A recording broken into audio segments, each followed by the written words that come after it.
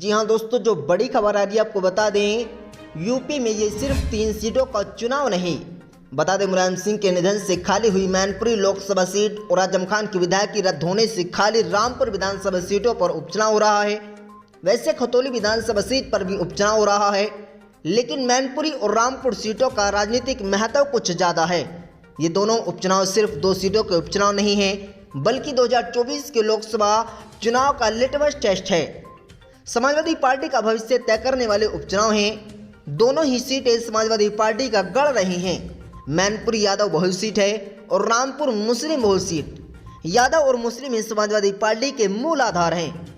दोस्तों, अगर भाजपा इनमें से एक भी सीट जीत गई तो समाजवादी पार्टी का अगले विधानसभा चुनाव में भाजपा के विकल्प बनने पर भी सवालिया निशान लगेगा। मायावती चाहती हैं कि सपा का ग्राफ गिरे, ताकि जनता में खासकर मुसलमानों में ये धारणा बनने लगे कि सपा भाजपा को नहीं रोक सकी।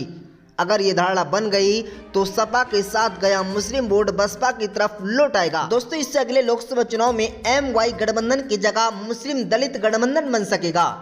मायावती ने तीनों ही उपचुनाव में उम्मीदवार खड़े नहीं किए, जबकि आजमगढ़ और रामपुर लोकसभा सीटों पर उपचुनाव के समय आजमगढ़ में उम्मीदवार खड़ा किया, लेकिन रामपुर में नहीं खड़ा किया।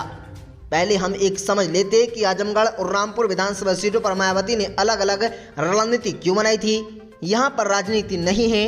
अगर मायावती आजमगढ़ में अपने उम्मीदवार खड़ा नहीं करती तो बसपा का वोट सपा उम्मीदवार धर्मेंद्र यादव को जाता और ये जीत सकते थे।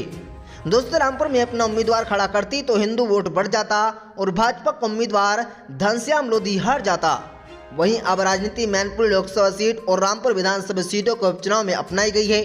मैनपुरी और रामपुर में बसपा अपना उम्मीदवार खड़ा करती तो दोनों सीटों पर समाजवादी पार्टी को फायदा होता।